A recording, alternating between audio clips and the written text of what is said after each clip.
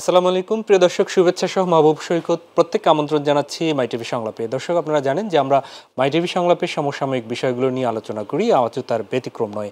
আজ আমরা আলোচনা করব, শিরোনাম হচ্ছে রাজপথে উত্তাপ উত্তেজনা। কেন এই শিরোনাম তা হয়তো আপনারা আন্দাজ করতে পেরেছেন। সামগ্রিক বিষয় নিয়ে আমরা কথা বলবো। স্টুডিওতে উপস্থিত রয়েছেন আপনাদের দুজন পরিচিত মুখ। পরিচয় করে দিচ্ছি, আমার বাঁ পাশে রয়েছেন সাবেক একাধিকবারের মন্ত্রী, বিএনপির ভাইস চেয়ারম্যান নিতাই রায় চৌধুরী। দাদা, আপনাকে স্বাগত জানাচ্ছি। আর উপস্থিত রয়েছেন আপনাদের প্রিয় আলোচক, সিনিয়র সাংবাদিক মাসুদ কামাল। মাসুদ ভাই, আপনাকেও স্বাগত জানাচ্ছি। ধন্যবাদ। মাসুদ ভাই, শুরুতে আপনার থেকেই শুরু করি। আসলে শিরোনাম যেমন রাজপথে উত্তাপ উত্তেজনা, আসলে স্বাভাবিকভাবেই বেশ কয়েকদিন থেকেই উত্তাপে দেশের মানুষের প্রত্যেকেরই হয়তো আলোচনার কেন্দ্রবিন্দুতে সেই জায়গাগুলো।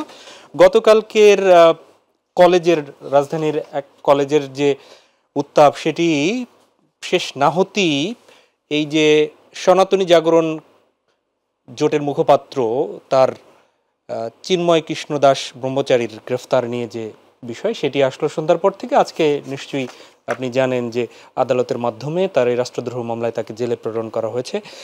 বিষয়টিকে আপনি কিভাবে দেখছেন? আপনার পর্যবেক্ষণটি জানতে চাই। মানে কোনটা নিয়ে বলবো, চিন্ময় কৃষ্ণকে নিয়ে নাকি ওই আগের ঘটনাটা নিয়ে? না, আগের ঘটনা না, আমরা সাম্প্রতিক এই ঘটনাটা নিয়ে আমরা শুনি। এটা তো ওনার বিরুদ্ধে রাষ্ট্র এক ধরনের অপরাধের অভিযোগ উঠেছে। এটা এখন আদালতে আছে, আদালত হয়তো বলবে কি হবে। এটা তো বিচারাধীন বিষয় এখন হয়ে গেছে। এটা নিয়ে আমি কি বলবো, কিন্তু একটা কথাকে আমি বলি আপনাকে। যেমন ধরেন, ওনাকে গ্রেপ্তার করা হয়েছে রাষ্ট্রদ্রোহ মামলা হোক অথবা অন্য কোনো কারণেই হোক, সরকার তো বলছে রাষ্ট্রদ্রোহ মামলা। রাষ্ট্রদ্রোহের একটা মামলা ওনার বিরুদ্ধে যে বিএনপির এক নেতা জাতীয় পতাকা অবমাননার জন্য করেছিল, তাকে পরে আবার দেখলাম বিএনপি তাকে বহিষ্কার করলো দল থেকে। তো জাতীয় পতাকা অবমাননা সে আসলেই করছে কিনা এটা তো আমি যেহেতু আমি বলতে পারবো না।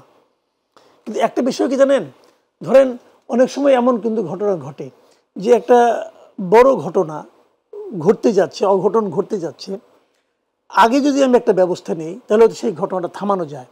যেমন আপনি এই কথাটা বলতে চাই, কিন্তু আগের দিনে যে ঘটনাটা বললেন যে এই কি সুপার সানডে, সুপার মানডে কি তারা মানে করলো, তো মানডেতে তারা অ্যাটাক করবে সেটাও সবাই জানে, সানডেতে তারা যেখানে ঘেরাও করবে সেটাও সবাই জানে। যদি আগে ব্যবস্থা নেওয়া হতো তাহলে তো কোনো ঘটনাই হতো না। নিশ্চিত হয়তো ওইখান থেকে সরকার শিক্ষা নিয়েছে যে কিছু ঘটনা আগে পদক্ষেপ নেওয়া উচিত, আগে ব্যবস্থা নেওয়া উচিত। এখন দেখেন, এই মানে আপনার এই ভদ্রলোক যাকে চিন্ময় কৃষ্ণকে যাকে অ্যারেস্ট করা হলো, চট্টগ্রামে যে বিশাল একটা সমাবেশ হয়েছিল, সেই সমাবেশে ওনারা কিন্তু কিছু বক্তব্য দিয়েছেন। কালকে শাহবাগেও কিছু ব্যাপার স্যাপার ঘটেছিল, একদিন আগে রংপুরে ঘটেছিল। কিন্তু একটা কথা আপনি আমাকে বলেন তো ভাই, আমরা তো এই দেশেই বাস করি, আওয়ামী লীগ সরকারের পতনের পর এই দেশে কি সাম্প্রদায়িক মানে সম্প্রীতি কমে গেছে? সাম্প্রদায়িক অস্থিতিশীল অবস্থা কি তৈরি হয়েছে? একটা দুর্গাপূজা হয়ে গেল, তো এই সরকার দায়িত্ব নেওয়ার পরপরই তো একটা মানে আপনার হিন্দুদের সবচেয়ে বড় যে ধর্মীয় উৎসবটা সেটা তো পালিত হলো। তো এই দুর্গাপূজায় কি আগের বছরের দুর্গাপূজার চেয়ে বেশি অস্থিরতা হয়েছে? আমি যদি তুলনা করি, আমি তো বলবো গত কয়েক বছরের তুলনায় এবারে দুর্গাপূজা সবচেয়ে শান্তিপূর্ণ হয়েছে। এটা আবার একজনকে আমি বলেছিলাম, সে আবার বলতেছে কি এবার তো প্রচুর পুলিশ প্রহরা হয়েছে, পুলিশ প্রহরা প্রয়োজন হলো কেন? এটাও দোষ। হ্যাঁ, পুলিশ প্রয়োজন হলো কেন? এটা বিরাট দোষ একটা। হ্যাঁ, এত পুলিশ কেন নিয়োগ করতে হলো? আরে ভাই, আপনি কোনটা চান আসলে? আপনি কি যদি নিয়োগ না করতো তাহলে বলতেন যে এরকম একটা ঘটনা ঘটতে পারে, তাও কেন নিয়োগ করা হলো না? এটা হতে পারে। আবার আমি যদি উল্টা ভাবে বলি যে একটা নতুন সরকার এসেছে, এই সরকার পারছে না এটা প্রমাণ করার জন্য আওয়ামী লীগের লোকজন এই ধরনের ঘটনা ঘটাতে পারতো তো, পারার সম্ভাবনা ছিল, আশঙ্কা ছিল। কারণ আওয়ামী লীগের জন্য তো হাতে আর কোনো কার্ড নাই এটা ছাড়া। এই মুহূর্তে আওয়ামী লীগ এই দেশের মানুষকে অথবা তার প্রতিবেশী দেশ বলি অথবা আমেরিকাই বলি, যাকেই বলি, তাদেরকে দেখানোর মতো তাদের কাছে আর কি আছে? বলছিল কি এক কোন জঙ্গিকে নাকি ছেড়ে দিছে। আচ্ছা, ছেড়ে দিছে, তারপরে কি বাংলাদেশের দু একটা জঙ্গি অ্যাটাক হয়েছে? জঙ্গি অ্যাটাক বাংলাদেশে যা কিছু হওয়ার আওয়ামী লীগ আমলে হয়েছে। তাহলে কি হলো? কি বলবে? বাংলাদেশে কি আওয়ামী লীগ চলে যাওয়ার পর অর্থনৈতিক অবস্থা মানে ব্যাংকগুলিকে আবার ফাঁকা হয়ে যাচ্ছে? তাতে যাচ্ছে না, কি বলবেটা কি? একটা কিছু বলা তো লাগবে। এখন এটা বলার জন্য একটা ইস্যু বের করছে। যেভাবে ডোনাল্ড ট্রাম্প একটা এক্স হ্যান্ডেলে উনি যেটা লেখলেন, আমি তো ভাই সত্যি কথা বলতে কি, আমি কিন্তু কোনো দল টল করি না, আমি তো ভাই পত্রপত্রিকা পড়ি। আপনি বলেন দলবদ্ধ অ্যাটাক কোথায় হয়েছে বলেন তো আপনি আমাকে, কোথায়? আমি তো দেখলাম না কোথাও, হয়নি। যে এখন ওনাকে কে কি বোঝাইছে যে হয় আর কি। এখন এটা নিয়ে এইটাকে ইস্যু করে কত দূর কত অগ্রসর হওয়া যাবে আমি বুঝি না। যে আমি যে আপনি নিশ্চয়ই একটি বিষয় দেখেছেন ইতিমধ্যেই আমাদের নিকটতম প্রতিবেশী দেশ ভারতের পক্ষ থেকে এই গ্রেফতারের ঘটনায় উদ্বেগ প্রকাশ করা হয়েছে। তারা তাদের রাষ্ট্রীয়ভাবে তাদের সরকারের পক্ষ থেকে বলা হয়েছে, আমি একদম কোট করছি, বিবৃতিতে বলা হয়েছে তাকে আটকের পর বাংলাদেশে চরমপন্থী গ্রুপগুলো হিন্দু সম্প্রদায় এবং অন্যান্য সংখ্যালঘুদের উপর হামলা চালিয়েছে, ঘরবাড়ি ব্যবসা প্রতিষ্ঠানে অগ্নিসংযোগ, লুটপাট, ভাঙচুর এবং মন্দিরে হামলা চালিয়েছে। এটা হচ্ছে মূল কথা উদ্বেগ প্রকাশ করে। এই যে মানে আমরা গণমাধ্যমে এখন পর্যন্ত এরকম খবর দেখিনি, কিন্তু ভারত দেখে ফেলেছে বিষয়গুলো কিভাবে। আমি একটা জিনিস বলি, আমি একটা জিনিস আসলে বলতেই চাই। আপনি আমাকে একটা কথা বলেন তো, ভারত কি একটা হিন্দু রাষ্ট্র? না, তারা তো ধর্মনিরপেক্ষ রাষ্ট্র, তাদেরকে ধর্মনিরপেক্ষ রাষ্ট্র। এখন আমার দেশে বিভিন্ন লোক বিভিন্ন ঘটনায় অ্যারেস্ট হয়। আওয়ামী লীগের অনেক লোক অ্যারেস্ট হয়েছে, অনেক মুসলমান অ্যারেস্ট হয়েছে, আমাদের অনেক হুজুর অ্যারেস্ট হয়েছে, আবার হিন্দু অ্যারেস্ট হয়েছে। তো সবগুলি অ্যারেস্টই যথাযথভাবে হয়েছে আমি তাও মনে করি না। দু একটাতে ঝামেলা থাকতেও পারে, দু একটা এমন লোক আছে অ্যারেস্ট হয়ে গেছে যে লোক হয়তো মানে কারণ আপনি কিছুই করে নাই। আমি একটা লোকের কথা জানি, জি, আপনার এই উত্তরার ঘটনা বলি আপনাকে, এই যে মাটিকাটার এখানে, সে ভদ্রলোকের বিরুদ্ধে আওয়ামী লীগ আমলে মামলা হয়েছে 7টা মামলায় তাকে বলা হয়েছে সে নাকি জামাত শিবির এবং বিএনপির দোসর, এবং এগুলি সে করতো একসঙ্গে, জামাত শিবিরও করতো, আবার আরেকটা মামলা হয়েছে যে বিএনপির ক্যাডার ছিল, এগুলি বলা হয়েছে। আবার এ আমলে এসে ফ্যাসিবাদের দোসর হিসেবে তার নামে দুটা মামলা হয়ে গেছে এক লোকের বিরুদ্ধে। কিন্তু তো এরকম মামলা তো আমরা অনেক দেখছি, যেটা এখান পান্না নামে দেখলাম একটা মামলা হয়েছে। তো এরকম মামলা তো অনেক হয়েছে। আচ্ছা, এরকম মামলা অনেক হওয়ার পর অনেক অ্যারেস্টও করছে, এবং এই অ্যারেস্টগুলো কোনো জামিনও হচ্ছে না। আছে কিন্তু এরকম একদম নিরীহ লোকের ভাই অ্যারেস্ট হয়ে গেছে, জামিন হচ্ছে না, কারণ সে হয়তো 82 নম্বর আসামি, 83 নম্বর আসামি, 100-র উপরে আসামি। আমরা কিন্তু প্রথম 3-4টা দেখি, পরে এগুলো তো দেখি না, হয়ে গেছে। এগুলির ব্যাপারে এগুলো তো অন্যায় হয়েছে না? এই অন্যায়গুলির ব্যাপারে ইন্ডিয়াটি বিবৃতি দেয় না কেন ভাই? আজকে দেয় না? আপনি আমার বুঝান তো। ইন্ডিয়ার ভাবভঙ্গি দেখে মনে হচ্ছে যে ইন্ডিয়া একটা হিন্দু রাষ্ট্র, কিন্তু আমরা তো জানি ইন্ডিয়া পৃথিবীর বৃহত্তম গণতান্ত্রিক দেশ, যে দেশটা ধর্মনিরপেক্ষ। তো তারা ধর্মনিরপেক্ষ, কিন্তু তাদের এই আচরণটা, জি, তাহলে তো ওরা তো তাহলে উচিত ছিল সব ক্ষেত্রে একই রকম রিয়াক্ট করা, তা তো করছে না। জি নিশ্চয়ই। আমি একটু দাদার কাছে ফিরি। জনাব নিতাই রায় চৌধুরী, আপনি এর একাধিকবার সরকার পরিচালনার সাথে ছিলেন, রাষ্ট্র ক্ষমতায় বিএনপি যখন ছিল তখন ছিলেন। সেটি দেশের মানুষ কিন্তু আপনাকে কোন ধর্মে সেই বিবেচনায় রেখে আপনিও এখনো দল করেন না, আপনি জনপ্রতিনিধির এক জায়গায়।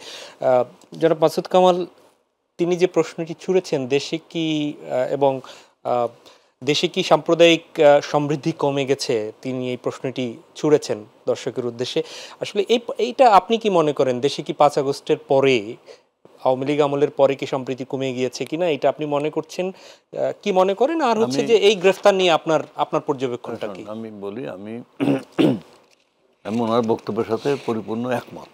জি, কোনো দ্বিমতের কোনো জায়গা নেই এখানে। প্রথমত আমি একটি রাজনৈতিক দলের সাথে যুক্ত। আপনি যেটা উল্লেখ করেছেন, আমি বিএনপির ভাইস চেয়ারম্যান, অতএব আমাদের দলগত অবস্থানের বাইরে এসে আমি তো কথা বলতে পারবো না। নিশ্চয়ই। আর দলগত অবস্থানটা এই ইস্যুতে কি, এটা এখনো আমরা সিদ্ধান্ত হয়নি, চিন্তা হয়নি। তো সামগ্রিকভাবে আমি যে কথাগুলো বলতে চাই, যে বাংলাদেশে যে সাম্প্রদায়িকতার যে গল্প তৈরি করা হয়, সেই গল্পগুলো আমাদের বাস্তব জীবনের অভিজ্ঞতায় এটা এক একটা সময় অসার প্রমাণিত হয়। এবং আমি দেখলাম এই 5 তারিখ ঘটনার আগে একটা প্রকাশ্যে রামদা নিয়ে, স্যান্দা নিয়ে, তারপর সেখানে আগ্নেয়াস্ত্র নিয়ে, পুলিশ নিয়ে, র্যাব নিয়ে যে মানে অত্যাচার নির্যাতন করে মিটিংগুলো ভাঙা হচ্ছে, গুলি করা হচ্ছে, আর ঢাকা তো হেলিকপ্টারে চড়ে গুলি করা হচ্ছে।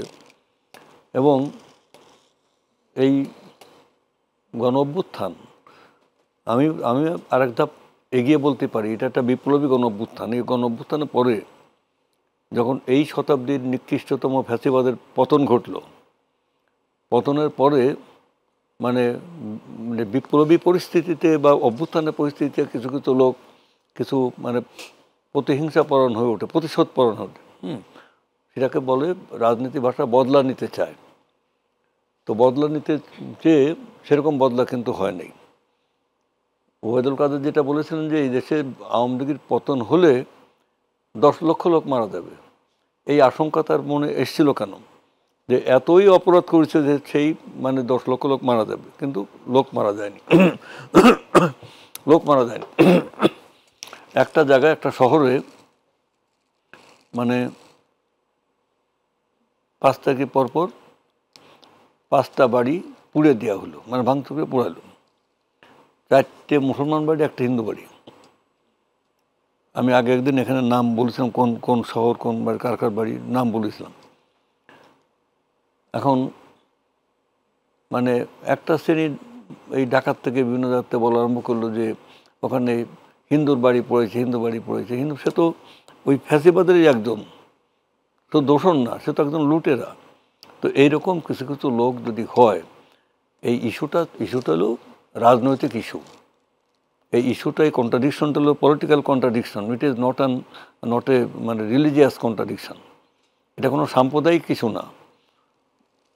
মানে এই যে অভ্যুত্থান বা অভ্যুত্থানের পরবর্তী যে এটা তো রাজনৈতিক ঘটনা। এটাকে আপনি হিন্দু মুসলমান ভাগ করেন কেন? জি। এক। দ্বিতীয় কথা হলো যে দুর্গাপুজো, জন্মাষ্টমীর মানে প্রোগ্রাম, কালী পূজা, এতগুলো পূজা তো হয়েছে। গতবার থেকে এবার দুর্গাপূজা বেশি হয়েছে। আমাদের বাড়িতেও অনেক বড় করে দুর্গাপুজো হয়। আপনি বললেন অনেক পুলিশ দেওয়া হয়েছে, আমি তো অনেক পুলিশ দেখলাম না। আনসার অন্য সময় 6 জন দেয়, এবারও সে 6 জন। এত পুলিশ তো নাইও, এটা দিয়েছে। এখন কথা হলো যে 5 তারিখের ঘটনার যে মানে তাৎপর্য, এইটা বিশ্লেষণ না করে, এটা না বুঝিয়ে যত গল্পই আবার তৈরি করুক, এই ন্যারেটিভ তৈরি করা হয়েছে 16 বছর ধরে। 16 বছর ধরে মানে এদেশে কোনো মানে একটা লোকই মুক্তিযুদ্ধ করেছে, তারাই মুক্তিযুদ্ধ, আর কেউ মুক্তিযুদ্ধ করে, সে তো আত্মসমর্পণ করলো, আর সব তো পালায় চলে গেল। জি। তা মুক্তিযুদ্ধ তো এই দেশে সেটা ছিল জনযুদ্ধ, সেই মুক্তিযুদ্ধের ঘোষণা দিল কে? তো এইসব কাহিনীকে দিয়ে ইতিহাস ধ্বংস করে, সংস্কৃতি ধ্বংস করে, মানুষের মানে চিন্তা ভাবনা ধ্বংস করে কিছু গল্প তৈরি করে এটা লাভ হবে না। এদেশ চমৎকার একটা সাম্প্রদায়িক সম্প্রীতির দেশ, যুগ যুগ ধরে। এবং মাঝে মধ্যে যে হিন্দু মুসলমানের যে ঘটনাগুলো ঘটে, এই বিচ্ছিন্ন ঘটনাগুলো সম্পূর্ণরূপে জমি জমা দখল বা অর্থনৈতিক কারণে, অত জমি দখল বা এত কারো বাড়ি দখল, কারো এটি করা, এই এক পিওরলি ইকোনমিক কারণে হয়। হ্যাঁ, আমাদের পাশের গ্রামে একবার 5 বাড়িতে ডাকাতি হলো। ডাকাত হয়ে 2-3 জন ডাকাত ধরা পড়লো, 2 জন মুসলমান ডাকাত, একজন হিন্দু ডাকাত। আর 5 বাড়ির মধ্যে 2টা হিন্দু বাড়ি আর মানে 3টে হলো মুসলমান বাড়ি। এই হিন্দু বাড়িতে ডাকাত হয়েছে বলে সেই মানে এক দল লোক চলে গেলো, হিন্দু বাড়িতে ডাকাত হয়েছে। তাহলে মুসলমান বাড়িতে ডাকাত হলো, সেটা ডাকাতে না? আর হিন্দু ডাকাত যখন ধরা পড়লো, তাহলে এই যে একজাত শ্রেণীর লোকগুলো, এরা এই বাংলাদেশের মানে মানুষকে ভাগ করতে চায় এবং এই ভাগ করে ফয়দা নিতে চায়। কিন্তু এই ফয়দা নেওয়াটা যে কোনো কাজে লাগে নাই, সেটা তো 5 তারিখে প্রমাণিত হলো। যে 5 তারিখে তো প্রমাণিত হলো যে এই যে অসার গল্প, এই যে এতদিন ধরে যে ইতিহাস তৈরি করলাম, যে কারোর নাম মুছে ফেলে দিয়ে, কারোর নাম মানে মাথায় দিয়ে, সেগুলো তো সব ভেঙে খান হয়ে গেল। এই যে সরকারের যখন পতন হলো, যারা আজকে বাইরের থেকে এটা চিন্তা ভাবনা করেন, তাদেরও বুঝতে হবে যে সম্পূর্ণ রাষ্ট্রযন্ত্র দখলে। প্রথমে আমি গণমাধ্যমের কথা বলি, বিক্রি বলো ওই যে প্রিন্টিং মিডিয়া এবং ইলেকট্রনিক মিডিয়া, এই গণমাধ্যমের মানে ম্যাক্সিমাম কিছু মানে বিবেকবান সাংবাদিক ছাড়া ম্যাক্সিমাম এই কর্পোরেট হাউসে চাকরি করার মতো চাকরি করে। আর কর্পোরেট মানে কর্পোরেট হাউসে যারা মানে মিডিয়ার মালিক, তারা ওই ফ্যাসিবাদের চরণ চুম্বন করে তারা সেখানে তাদের গুণগান গাওয়াই করে, এবং সাংবাদিকদের কোনো স্বাধীনতা ছিল না। স্বাধীনতা থাকলেও সেটা মানে প্রকাশ করতে পারে নাই। আর কিছু কিছু আছে মুক্ত মনের লোক, তারা শেষ পর্যন্ত যেমন উনি ওই চাকরি ছেড়ে দিচ্ছে এখনই, মানে রিটায়ারমেন্টে চলে গেছে, রিটায়ারমেন্টে বয়স হয়নি। তো এরকম কিন্তু হয়েছে। এখন আমার বক্তব্য হলো গণমাধ্যম, তারপরে ইয়ে অ্যাডমিনিস্ট্রেশন, পুলিশ এবং মানে সিভিল অ্যাডমিনিস্ট্রেশন, র্যাব মানে আইন প্রয়োগকারী সংস্থা, বিজিবি, তারপর আপনার মানে বিচার বিভাগ, সমস্ত সাংবিধানিক এবং রাষ্ট্রীয় প্রতিষ্ঠানগুলো সবগুলোকে কক্ষিগত করে এত বড় বিশাল ক্ষমতার অধিকারী উনি যদি বলেন যে আমরা 41 সাল পর্যন্ত থাকবো, সব মানে দালাল রাসার পাশ থেকে বলে না না না না আপা আপনাকে 51 সাল পর্যন্ত থাকতে হবে। 51 বয়স যে আমার হয়ে গেল, মানে বয়স আপনি 51 বছর, আপনি ইচ্ছে করলে 61 বছর বয়স পর্যন্ত বাঁচবেন, মানে আরও 61, মানে 61 সাল পর্যন্ত বাঁচবেন। এই তাকে বাঁচায় রেখে এটু করেছে। এবং এবং তার পেছনে এত বড় বড় শক্তি যে তার কেউ কিছু করতে পারবে না। একত্র সব আছেই, র্যাব, পুলিশ টুলিশ তাই তো আছেই, বিদেশি শক্তি আছে। কোথায় গেল 5 তারিখে? কোথায় গেল সেই 5 তারিখে? এখন কেন 300 লোক পালিয়ে গেল? কেন 300 লোক পালাইছে? কেন 300 এমপি পালিয়ে গেল, মেয়ররা পালিয়ে গেল, মানে পৌরসভার মেয়ররা পালিয়ে গেল, ইউনিয়নের চেয়ারম্যানরা পালিয়ে গেল, উপজেলা চেয়ারম্যানরা পালিয়ে গেল, মসজিদের খতিব পালিয়ে গেল। এই পালাইগুলো কেমন? যেমন এটা 71 সালে পালায় গেছিল, আবার শেখ মুজিবের মৃত্যুর পর যেমন তারা সব পালায় চলে গেল, এবং কয়জন যে সাথে সাথে মুস্তাকের মন্ত্রিসভার শপথ নিল। অতএব এই যে পলাতক শক্তি, এরা কোনোদিন আর এখানে ফিরে আসবে না। ফ্যাসিবাদ কখনো ফিরে আসে না। আপনার কাছে ফিরবো, আমাকে একটা বিরতি দিতে হবে। আমি জেনারেল কথাটা বললাম। আর আপনি ওই যে চিন্ময়দার ব্রহ্মচারীর কথা বললেন, এটা আমাদের একটু পরেই আমাদের মানে দলগত সিদ্ধান্ত হবে। তবে আমি একটা কথা বলতে চাই, উনি সে কথাটা বলে ফেলেছেন, সেটা হলো যে আমরা এটা সরকার একটা আছে, এই সরকারের মানে সমালোচনা আমরা করছি না। আমরা বলছি যে একটা ব্যবস্থা ভেঙে গেছে, আর একটা জন্ম হয়নি, নতুনের জন্ম হয়নি, পুরোনোটা ভেঙে গেছে। এই যে মানে নতুনের জন্মকালীন যে যন্ত্রণাটা, এটা এক ধরনের এটা ভোগ করতে হবে। একটা সুন্দর মাঝ দিয়ে শুরু করতে হয়েছে। যেগুলো নির্বাচন করব, নির্বাচন কমিশন নাই, পালা গেছে। আমি একটু একটা বিরতি থেকে ফিরে তারপরে আবার আসি, তখনই আলোচনায় যাব। প্রিয় দর্শক, নিচ্ছি ছোট্ট একটা বিরতি, সঙ্গেই থাকুন।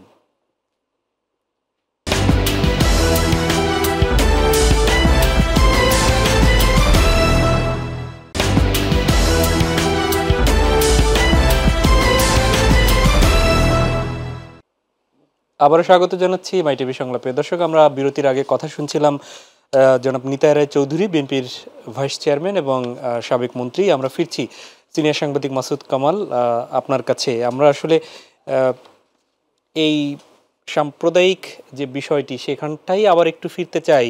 একটি বিষয় হচ্ছে যে পার্শ্ববর্তী দেশ সুনির্দিষ্টভাবে কয়েকটি অভিযোগ আনলো, সেখানটায় আমরা এখন পর্যন্ত কোনো গণমাধ্যমে বিষয়টি দেখিনি। ওভারঅল কিন্তু তারা বলেনি, তাদের বিবৃতিতে বলেছে যে এই গ্রেফতারের ঘটনায় সংখ্যালঘুদের বাড়িঘর হামলা, অত্যাচার, নির্যাতন এটা করা হয়েছে। সেখানে কিন্তু শুধু হিন্দুদের বলেনি, হিন্দু সহ সংখ্যালঘুদেরও অ্যাড করা হয়েছে। আর এদিকে সরকারের পক্ষ থেকে বলা হয়েছে যে দেশকে অস্থিতিশীল করার ষড়যন্ত্র চলছে, এটি তারই পার্ট, এবং রাষ্ট্রদ্রোহের কাউকে ছাড় দেওয়া হবে না। ভারতের পার্টটা আমি আগেও বলেছি একবার, আগে আমি আরেকটু বলি। জি, দেখেন আমাদের যে 5ই আগস্ট যে আমাদের এই স্বৈরাচারী সরকারের পতন হলো, তার আগে আমি পুরো জুলাই মাস ধরি, জুলাই মাস এবং এই সময়টাতে, এই সময়ে আমাদের এখানে কত লোক মারা গেছে? 2000 লোক কম বেশি, ধরেন 2000 অথবা 1800 এরকম মারা গেছে। অ্যাকুরেট ফিগারটা তো আমাদের বাড়ছে, ক্রমাগত আসছে। এই যে লোকগুলি মারা গেছে, কাদের হাতে মারা গেছে? পুলিশ অথবা আওয়ামী লীগ অথবা যুবলীগ অথবা ছাত্রলীগ, এদের হাতে তো মারা গেছে। তখন এটা নিয়ে ইন্ডিয়াকে কোনো বিবৃতি দেখছেন? না, আমাদের চোখে পড়েনি। কি কারণে পড়ে নাই? তখন তারা বলছে এটা বাংলাদেশের অভ্যন্তরীণ বিষয়। এখন যেটা হচ্ছে সেটাকে আমাদের অভ্যন্তরীণ বিষয় না। আপনি আমাকে এই কথা গেলে জবাব দেন না ভাই। 2000 লোক মরে গেল, আমাদের অভ্যন্তরীণ বিষয় আপনি কিছু বলবেন না। তো এখন তো ভাই মরে নাই কেউ ভাই, একটা লোক অ্যারেস্ট করতে পারবে না রাষ্ট্র? তার বিরুদ্ধে সুনির্দিষ্ট অভিযোগ আছে, মামলা হয়েছে একটা, বিএনপি যাকে যে মামলা করে থাকে বিএনপি বহিষ্কার করছে কি কারণে বিএনপির ব্যাপার, কিন্তু মামলা তো রয়ে গেছে ভাই, রয়ে গেছে। তো মামলা হয়েছে। এবং সে একটা বড় সরকার যদি আশঙ্কা করে যে এই লোকটার কারণে একটা বড় ধরনের বিশৃঙ্খলা তৈরি হতে পারে, সরকার কি পূর্ব সতর্কতামূলকভাবে তার বিরুদ্ধে অ্যাকশন নিতে পারবে না? একটা সরকারের কাজটা কি তাহলে?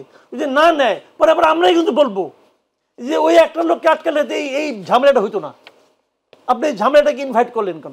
আমরাই বলবো আবার কিন্তু, যেরকম আমরা ওই যে তিতুমির কলেজ, নজরুল কলেজ আর মোল্লা কলেজ দিয়ে বলতেছি যে আপনি আগে ব্যবস্থা নিলেন না কেন? কারণ আগে ব্যবস্থা নিয়ে কিভাবে নেয়? কিছু লোককে আটক করা যারা নাকি নেতৃত্ব দিচ্ছিল, জি সিম্পল তো ব্যাপারটা ভাই, এটা তো ভাই এটা তো দুই জিনিসটা। তো ওইটা আপনার 2000 লোকের মৃত্যু, একটা শিশু মারা গেল, দরজা বন্ধ করতে গেছে, জানলা বন্ধ করতে গেছে, গুলি খেয়ে মারা গেল, ছোট ছোট বাচ্চারা ছাদে খেলতে যেয়ে মারা গেল, হেলিকপ্টারে যে গুলি হলো, সব অভ্যন্তরীণ বিষয়, কিছু বলা যাবে না। তো এটা কোন থেকে এলো ভাই? মানে সিম্পল কথা, কিন্তু এইটা বলার জন্য কিন্তু বিশেষ কোনো জ্ঞানের দরকার পড়ে না ভাই। আমরা তো এই দেশের নাগরিক না, আমরা তো এই যে সব দেখতেছি। কোথায় আমি তো বুঝি না রে ভাই। আমি বলি আপনাকে, শোনেন, আমার যেখানে বাড়ি, এই বাড়িটা হিন্দু প্রধান এলাকা। আমার বাড়ি হলো ময়মনসিংহ মুক্তাগাছা। মুক্তাগাছা জমিদার ছিল, মুক্তাগাছা যত জমি আছে সব হিন্দুদের ছিল, সব সব জমি মালিক ওই জমিদাররা।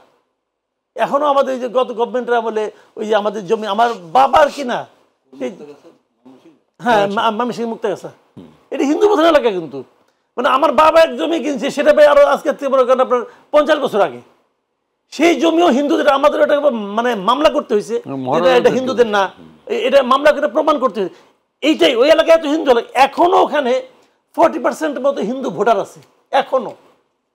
ওই এলাকায় আমি ভাই বড় হয়েছি রে ভাই। আমি দেখছি কি হয় ওখানে। আমাদের অনেক বন্ধু বান্ধব বাড়ি ঘর সেরা দেখি, আগে রাত্রে দেখছি, পরের দিন সকালে দেখি নাই। মালিক কি হয়েছিল বলুন তো? হিন্দু যাদের জমিগুলো চলে গেছে, যাদের বাড়ি ঘর চলে গেছে, যাদের ইন্ডিয়া চলে গেছে, আমরা বলছি বিক্রি করে চলে গেছে, কি করে চলে গেছে, সব খবর তো আমরা রাখি। এগুলি মালিক কি হয়েছে, কিনছে কারা জানেন আপনি? সব আওয়ামী লীগের লোকজন, সব আওয়ামী লীগের লোকজন কিনছে। যে জমির দাম মনে করেন 2000 টাকা ধরা যায়, আমি কথার কথা বলতেছি, 2000 টাকা জমির দাম, টাকা দিছে 500, তোমরা যাও, বাকিটা আমরা তোদের দিয়ে আসবো বলে বিদায় করে দিছে। আর দিয়ে আসে নাই। 5-7 বছর পরে ওদের এখন তো 2 জন আসছে, আইসা নিয়ে পরে আবার জান নিয়ে পলাইছে ভাই। এগুলো আমাদের চোখে দেখা, সারা বাংলাদেশে এই চিত্র। এটা আমার এলাকায় আমার বন্ধু বান্ধব আছে, এখানে আমার সঙ্গে স্কুলে পড়ছে, এরা আছে, এদের জীবনে আমরা দেখছি। এটা কারা করছে? এগুলি বিএনপি করছে, সব আওয়ামী লীগ করছে। তাহলে সেই বাংলাদেশের হিন্দুদের মতো অসহায় পৃথিবীতে আর কোথাও নাই কেউ। কারণটা জানেন? তারা আওয়ামী লীগকে যদি ভোট না, যদি বলে আমি ধানের শীষে ভোট দিয়েছি, কেউ বিশ্বাস করে না, কেউ বিশ্বাস করে না। মানুষ বড় কিনা তাও তুই আওয়ামী লীগকে ভোট দিস। মানে ওরা আওয়ামী লীগকে অপছন্দ করে, এটা বললেও কাউকে বিশ্বাস করতে পারে না। মানে এর চেয়ে অসহায় কোনো মানে সম্প্রদায় পৃথিবীতে আছে কিনা সন্দেহ। এটা কার জন্য হয়েছে? আওয়ামী লীগের জন্য হয়েছে। এই একটা দল হিন্দুদেরকে শেষ করে দিচ্ছে ভাই। আমার অনেক বন্ধু বান্ধব আছে, বিভিন্ন জায়গায় আছে, দেখি তো আমরা সবকিছু। অনেকে মন খারাপ করে, বাট দিস ইজ রিয়েলিটি। আমি আমার নিজের জীবন দিয়ে দেখছি এগুলো।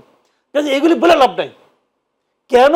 আমি তো মনে করি ইন্ডিয়ার এই যে ভূমিকাগুলি, যে সমস্ত বক্তব্যগুলি, ইন্ডিয়া কি চায় আসলে এই মুহূর্তে, এটা বোঝাই যায় ভাই। এটা বলা লাগে না, এটা বোঝাই যায়। তারা ইন্ডিয়াকে, শেখ হাসিনাকে এবং নানাভাবে তার দলকে ফেরত আনতে চায়। তারা ফেরত আনলে কি এই হিন্দুরা ভালো থাকবে? খারাপ থাকবে। কুমিল্লায় দুর্গার হাতে কোরআন শরীফ কে দিয়েছিল? কোন আমলে হয়েছিল এটা ভাই? গত আমলে, আওয়ামী লীগ আমলে হয়েছিল। এর সঙ্গে বাহার যে ছিল, বাহার নিজে দেয় কোন এক পাগলটা দিয়ে আরেক নাটক সাজাইছে। এগুলি কে না জানে? এখানে মারামারি হচ্ছে, মাইল দিতে মারামারি হচ্ছে, ওটা ওখানে কোনো বলে না মাইল দিকে থামানো। মাইল দিয়ে মারামারি হওয়ার পরে ওবায়দুল কাদের যে ওখানে কুমিরের অস্ত্র দেয়। এগুলি ভাই নাটক। এই দেশের মানুষ বুঝে। এদেশের এই দেশ আসলে, এই দেশের মানুষ মানে জাতিগতভাবে, প্রকৃতিগতভাবে তারা সাম্প্রদায়িক সম্প্রীতি বজায় রাখতে জানে।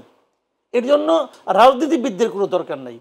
যে সমস্ত রাজনীতিবিদরা সাম্প্রদায়িক সম্প্রীতি নিয়ে কথা বলে, আপনি নিশ্চিত থাকবেন ওরাই হলো মূল ক্রিমিনাল।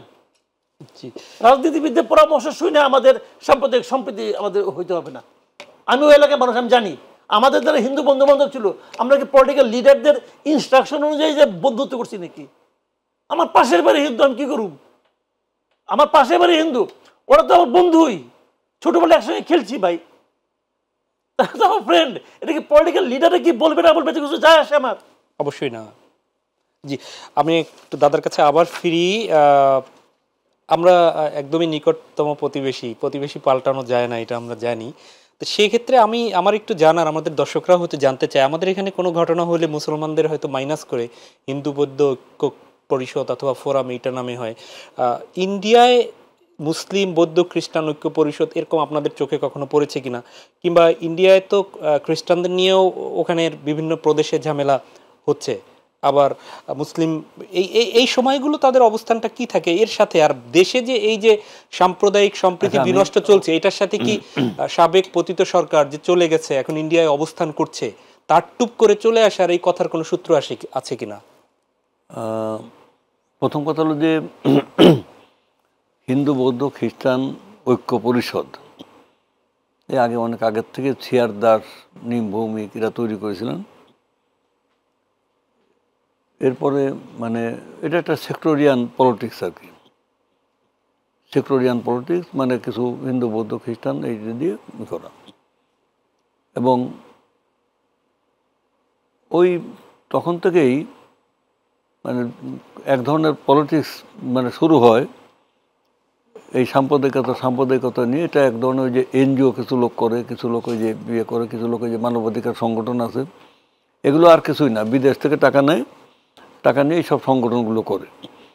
ওই মানবাধিকার সংগঠনের মানে কথায় এদেশে মানবাধিকার লঙ্ঘিত হবে না, মানবাধিকার রক্ষা হবে না। মানবাধিকার যেটা সেটা এই দেশের ব্যাপার। আবার ওই যে সাম্প্রদায়িকতা বলে বড় বড় মিটিং করা যায়, মিছিল করা যায়, বিদেশে যে একটা মাইনরিটি পারসিকিউশনের উপরে, হ্যাঁ, বিভিন্ন জায়গায় মানে প্রোগ্রাম হয়, লন্ডনে হয়, আমেরিকা হয়, বিভিন্ন জায়গায় হয়, ইউরোপে হয়, এটা যেতে পারে।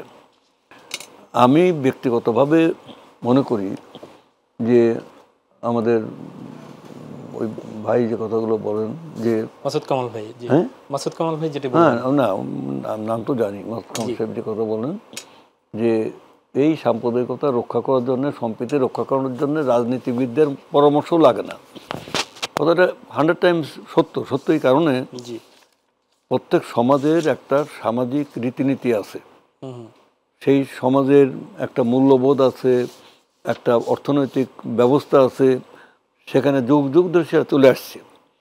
এই সমাজটা এক সময় ছিল সামন্তবাদী সমাজ। বড় বড় জমিদার জোরদার যেমন ওনার দোকানে মুক্তাগাছা মহারাজারা ছিল, এটা সামন্ত প্রভু আসলে এরা, হ্যাঁ, এই সামন্ত প্রভুরা, এবং আর ছিল দেশের সাধারণ মানুষ, কৃষক ইত্যাদি।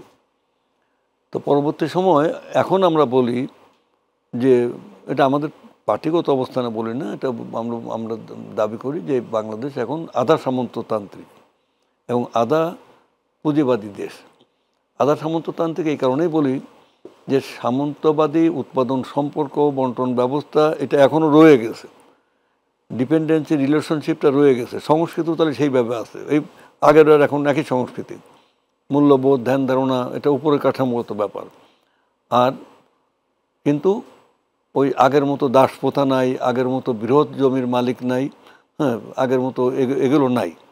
সেই জন্য এটা পুরোপুরি সামন্তবাদী না। আবার মানে পুঁজিবাদের যে বিকাশের ক্ষেত্রে যে জাতীয় পুঁজির বিকাশ ঘটে, শিল্প মানে বিপ্লব হয় বা শিল্পের, এটা হয় নাই। অতএব এটা আবার এটাকে একেবারে আপনি মানে পুঁজিবাদী বাদ দিয়েও দিয়ে দেন না। কিন্তু আওয়ামী লীগ আমলে যেটা করেছিল, লুটেরা পুঁজির দেশ, ওরা পুঁজিবাদও ধ্বংস করেছে, সামন্তবাদও ধ্বংস করেছে, মানে সব কিছু ধ্বংস করে একটা মিথ্যা মানে সমস্ত ইতিহাস ধ্বংস করেছে, সংস্কৃতি ধ্বংস করেছে, সব ধ্বংস করেছে। আমাদের দেশের যে গ্রামের সমাজ এখনও তো আমরা দেখি যে আমাদের আশেপাশে হিন্দু মুসলমান কি চমৎকার সম্পর্ক নিয়ে করে। দুর্গা পুজোর সময় আমাদের বাড়িতে বহুদিন ধরে পূজা হয়, যুগ যুগ ধরে। সেখানে দেখা যায় যে সব মুসলমানরা মানে সকালে বিকেলে রাত্রে আসছি, একসাথে খাচ্ছি, আবার ঈদের সময় আমরা সব জায়গায় যাচ্ছি, একই মাঠে আপনার চাষ করতেছে, একজন হিন্দু মুসলমান একসাথে, তারা একসাথে ভাটিয়ালি গান গাচ্ছে, একসাথে মানে নৌকা টানতেছে। এখন আর নৌকা টানার অবস্থা নাই, বর্ণ বৈষম্যটাও তো আমাদের এখানে কম। নৌকা সব এখন গাছে উঠে গেছে, এখন নৌকার চলবে না। এখন হচ্ছে যে এই পরিস্থিতিতে আমরা আমি সাম্প্রদায়িক সম্প্রীতি আমাদের দেশে একটা চমৎকার সাম্প্রদায়িক সম্প্রীতির দেশ। আর যারা এইসব নিয়ে ব্যবসা করে এরা ব্যবসা করেই যাবে, ও ব্যবসা ঠেকানো যাবে না, ওতে কিছু আসা যাবে না। এটা আমার বক্তব্য। এই অসার বক্তব্য দিয়ে আর কোনো লাভ হবে না। স্বর্গচ্যুত দেবতা স্বর্গে যার স্বপ্ন দেখে, স্বর্গচ্যুত দেবতা স্বর্গেতে পড়ে গেছে, স্বর্গভ্রষ্ট হয়েছে। সেই স্বর্গভ্রষ্ট দেবতা বা স্বর্গচ্যুত দেবতা আবার স্বর্গে যেতে চায়, কিন্তু একবার স্বর্গ থেকে ভ্রষ্ট হলে সে আর কখনো স্বর্গে যেতে পারে না, বুঝলেন? তা যদি পারত, একবার ফ্যাসিবাদের পতন হলে সে আর কোনোদিন ফিরে আসবে না। কোন বক্তব্য নিয়ে ফিরে আসবে? এই যে দেশে লক্ষ লক্ষ কোটি টাকা পাচার করে তুমি দেশের বাইরে পাঠাই দিলে, এই যে দেশের মানুষকে গুম করেছো, খুন করেছো, অত্যাচার করেছো, নির্যাতন করেছো, সব প্রতিষ্ঠান ভেঙে তছনছ করে দিয়েছো, এবং এই দেশের 2000 ছেলে মেয়েকে, শ্রমিক ছাত্র জনতাকে তুমি নির্দেশ দিলে হেলিকপ্টারে চড়ে চড়ে গুলি করে মারো, অমুক করো তমুক করো, পাখির মতো কয়দিনের মধ্যে তুমি মানে এত লোক মারলে। হ্যাঁ, তারা তো বুক পেতে দিচ্ছে, বুক পেতেছে গুলি কর, বুকের মধ্যে উঠছে ঝড়, বুক পেতেছে গুলি কর। তো এইটা করে তুমি দেশে ফিরে আসবা, কোন ইতিহাস নিয়ে ফিরে আসবা, কোন মানে কৃতিত্ব নিয়ে ফিরে আসবা? কোথায় বলেন, কোনটুকু? এই যে ফ্লাইওভার দেখাবেন, ফ্লাইওভারের মানে পেছনের যে কালো ইতিহাসটা কি?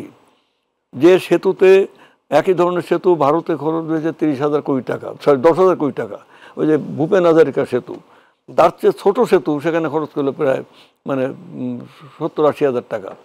রূপপুর পারমাণবিক বিদ্যুৎ কেন্দ্র কি একটা ইন্ডিয়াতে করেছে রাশিয়ান প্রযুক্তি নিয়ে, সেখানে খরচ হয়েছে 30,000 কোটি টাকা, আর এখানে 2 লাখ কোটি টাকা ছাড়া গেছে।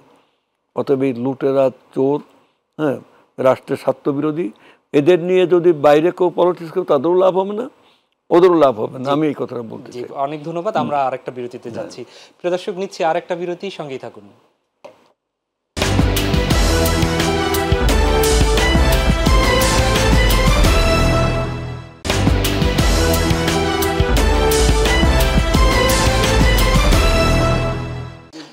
আবারও স্বাগত জানাচ্ছি মাই টিভি সংলাপে। দর্শক, আমরা বিরতির আগে ছিলাম জনাব নিতাই রায় চৌধুরী, বিএনপির ভাইস চেয়ারম্যান, তার কাছে। ফিরছি আবার সিনিয়র সাংবাদিক মাসুদ কামাল আপনার কাছে। আমরা একটু গতকালকের ঘটনার ফলো আপেই একটু কথা বলি। আপনি একটু করে যদিও তুলেছিলেন, আজকে কলেজগুলোর অবস্থা থমথমে থাকবে, স্বাভাবিক, বন্ধ রয়েছে।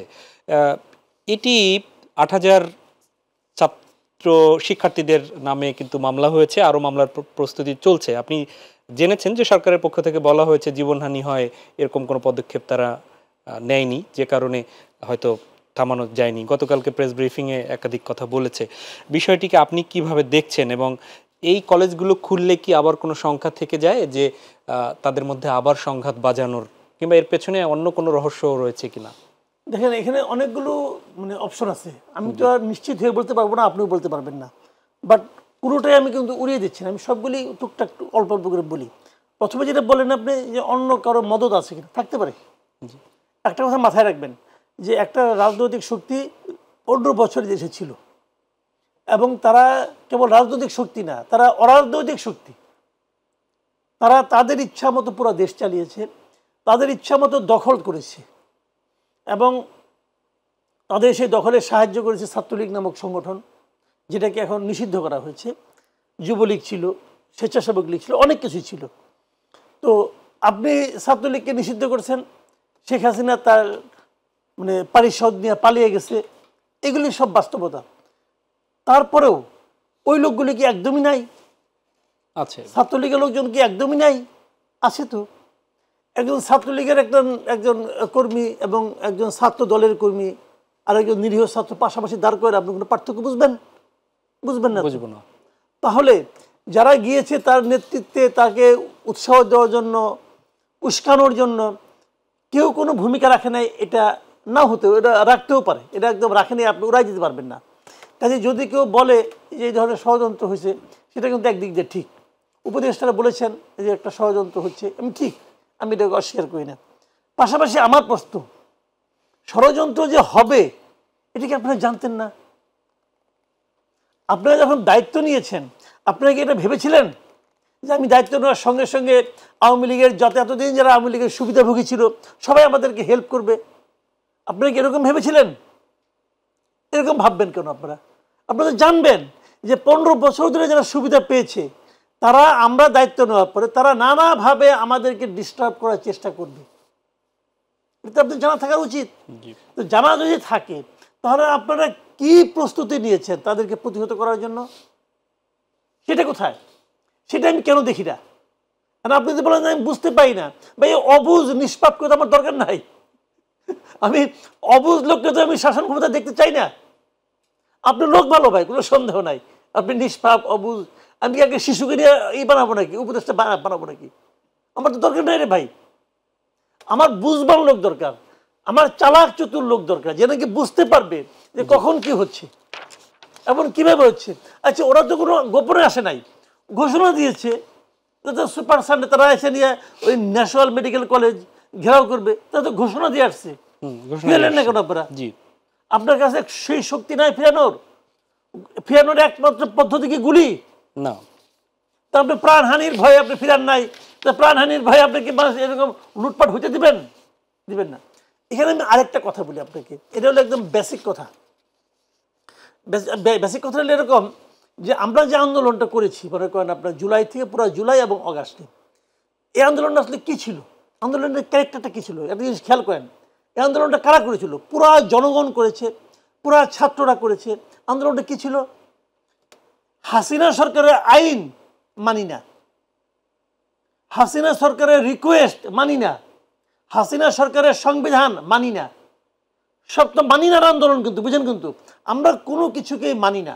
তুমি যা যা করেছো কিছুই মানি না, তাই তো? এই মানি না বলে সবকে অস্বীকার করে সবকে ভেঙে চুরে দিয়ে আপনি ওদেরকে বিদায় করে দিচ্ছেন। এখন এই মানি না বলা যে লোকগুলো, সেই লোকগুলো তো এখনো বলে মানি না। তারা যে মানি না বলা শিখছে, এটাকে আপনি চেঞ্জ করছেন, তাকে কি আপনি বলছেন যে মানি না বলার বাস্তবতা এখন আর নাই? বরঞ্চ কি হয়েছে, আমাদের উপদেষ্টাদের কেউ কেউ বলে সংবিধান মানি না, এখনো বলে সংবিধানের আলোকে শপথ দেয়, সংবিধানকে সমুন্নত রাখার শপথ দেয়, নিয়ে বলে মানি না। বলে তো ওটা তো ছাত্রদের মধ্যে ঢুকছে যে মানি না বলা তো ভালো, মানি না বলা মানে আমি বীর প্রমাণ করা, সেই মানি নার প্র্যাকটিস চলছে এখন। জি, নিশ্চয়ই কবে শেষ হবে সেই প্র্যাকটিস, সেটি হয়তো বা দেখতে হবে সময়ের ব্যবধানে। আমি একটু নিতাই রায় চৌধুরী আপনার কাছে ফিরি। আজকে বিএনপির পক্ষ থেকে স্থায়ী কমিটির সদস্য সালাউদ্দিন আহমেদ তিনি সংবিধান সংস্কারের ৬২টি জায়গায় সংশোধনী প্রস্তাব দিয়েছেন। তার মধ্যে তারা দ্বিকক্ষ বিশিষ্ট যে পার্লামেন্ট সেটি রয়েছে, রাষ্ট্রপতি প্রধানমন্ত্রীর ভারসাম্য যে বিষয়গুলো সেগুলো রয়েছে। এইগুলো আসলে কি চাচ্ছেন আপনারা? এইগুলো কি অন্তর্বর্তী সরকারই এই সংশোধনীগুলো করবে নাকি নির্বাচনের পরে এইগুলো চাচ্ছেন?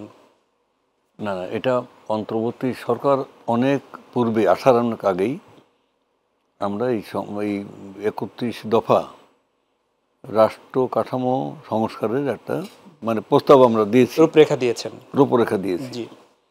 এই রূপরেখাটা আমাদের যে আছে, আমরা এই কাজগুলো করব। অন্তর্বর্তীকালীন সরকার অনেক কিছু মানে সংস্কার করবেন, করে তারপর নির্বাচন দেবেন। আমরা বলছি যৌক্তিক সময়ের মধ্যে, দ্রুততম সময়ের মধ্যে দিতে হবে। তাহলে নির্বাচিত সরকার যেই আসুক, নির্বাচিত সরকার আসলে পরে এই প্রবলেমগুলো সলভ হয়ে যাবে। আচ্ছা, তো সেখানে আমরা যে মানে সংস্কার যে চেয়েছি সেটা আমাদের পার্টির তরফ থেকে আমাদের স্ট্যান্ডিং কমিটির সদস্য সালাউদ্দিন সাহেব সেটা দিয়েছেন। এখন ওইটা যদি উনি করতে পারেন করবেন, কিন্তু উনি পারবেন না, কারণ এটা মানে আলটিমেটলি এটা একটা সব কিছু মানে এইটার একটা রাষ্ট্রের রূপান্তরের সঙ্গে দেওয়া হয়েছে, চিন্তা ভাবনা দেওয়া হয়েছে, এটা হবে। এখন আরেকটা জিনিস হলো যে আপনি বলছেন যে এই যে গতকালকের ঘটনা, মানে ওই ছাত্রদের যে এটা বা আজকে যে মামলা হলো, এখানে আমি একটু ওনার সাথে ভিন্ন মত একটু বলতে চাই। সেটা হলো যে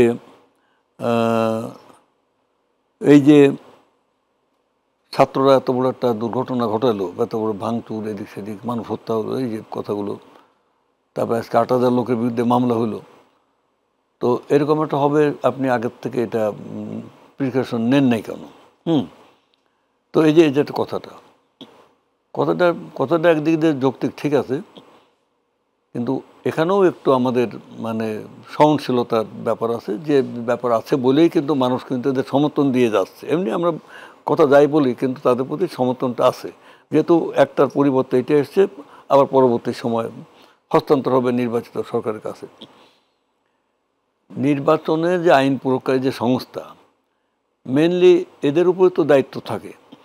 গোয়েন্দা সংস্থা, মানে আইন প্রয়োগকারী সংস্থা যেসব জায়গায় করে সেগুলো দেখে, কিন্তু সেই সংস্থার আপনি দেখেছেন সে পুলিশের অনেক পুলিশ মানে এরা তারা অনেকে পালিয়ে গেছে, অনেকে মানে ধরা পড়েছে, অনেকের বিরুদ্ধে মামলা হয়েছে, এবং একটা বিশ্রী অবস্থা। এবং তারা গ্রাউন্ড লেভেলে এখনও সে আগের লোকগুলো রয়ে গেছে, তারা ঠিকমতো কাজ করতে পারছে না, কিন্তু নতুন তো হয়নি এখনও। ওই যে আমি বললাম যে আগেরটা ভেঙে গেছে, নতুন তো জন্ম হয়নি। তো এই যে সময়টা, এই সময়টা একটু আমাদের সহ্য করতে হবে, তবে এটা কন্ট্রোল হয়ে যাবে। কন্ট্রোল হয়ে যাবে, আই হোপ যে within a very very shortest possible time এটা কন্ট্রোলে চলে আসবে। এটা আপনার দুশ্চিন্তা কোনো কারণ নেই। এবং আপনি দেখেছেন, নিশ্চয়ই জানেনও যে বড় বড় ছাত্র সংগঠন যেগুলো আছে, বড় ছোট মিলে ঢাকা বিশ্ববিদ্যালয়ে গতকালকে তারা সম্ভবত 30 অধিক ছাত্র সংগঠন একসাথে বসেছিল সারা দেশের আমরা ছাত্র সংগঠনের নির্দেশ দিয়েছি, সবাই মিলে বসছে, এটাকে আমরা মানে আমাদের একটা কন্ট্রোলে আনতে হবে। মানে country has become totally disorder. জি, নাও মানে who will bring the country in order? This government have to মানে has to bring the country in order. তারা এটাকে অর্ডারে ফিরিয়ে আনতে হবে। জি, নিশ্চয়ই নিশ্চয়ই আমরা সেই প্রত্যাশা করছি দাদা, এবং সেই প্রত্যাশা রেখেই আজকে শেষ করতে হবে। অসংখ্য ধন্যবাদ জনাব মাসুদ কামাল, এবং অসংখ্য অনেক অনেক ধন্যবাদ নিতাইরা চৌধুরী, আপনাদের দুজনকে। প্রিয় দর্শক, এই ছিল আমাদের আজকের আয়োজন। দেখা হবে পরবর্তীতে। আমরাও প্রত্যাশা করি সকল প্রতিকূলতা দূর হয়ে দেশ সুন্দরভাবে আগাবে, এবং কল্যাণমূলক রাষ্ট্র গড়তে আমরা যে যেখানেই আছি সবাই একটু হলেও কাজে যোগ দিব এবং ভূমিকা রাখবো। আল্লাহ হাফেজ।